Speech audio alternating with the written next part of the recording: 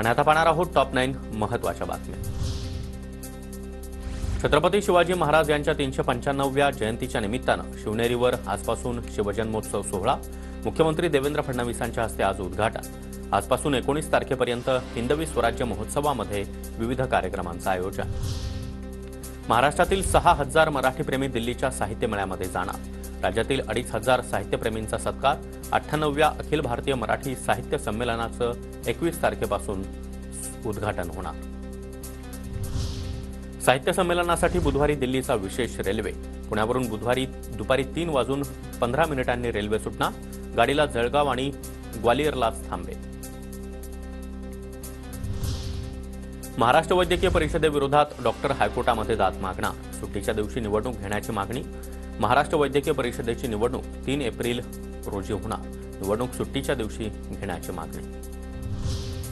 CET परीक्षांचं अंतिम वेळापत्रक जाहीर। पीसीबी गटाची परीक्षा 9 ते 17 एप्रिल तर पीसीएम गटाची परीक्षा 19 ते 27 एप्रिल दरम्यान होणार। एमपीएससीच्या 2022च्या परीक्षेमधील 623 उमेदवार नियुक्तीच्या प्रतीक्षेत। 2024 मध्ये अंतरिम निवड यादी जाहीर होऊन देखील नियुक्त्या रखडल्या। नियुक्त्या मिळवण्यासाठी भावी अधिकाऱ्यांचा मुंबईमध्ये आंदोलनाचा इशारा। रेटारेटीमध्ये प्रवासी बाजूच्या ट्रॅकवर फेकला जाऊ शकतो। लोकलमधील गर्दीवर हायकोर्टाचं गंभीर निरीक्षण। नागपूरमध्ये जीबीएसचा आणखी एक रुग्ण आढळला। मध्य प्रदेशमधील 7 वर्षीय मुलीवर उपचार सुरू। महिनाभरामध्ये नागपुरात 10 जीबीएस रुग्णांची नोंद।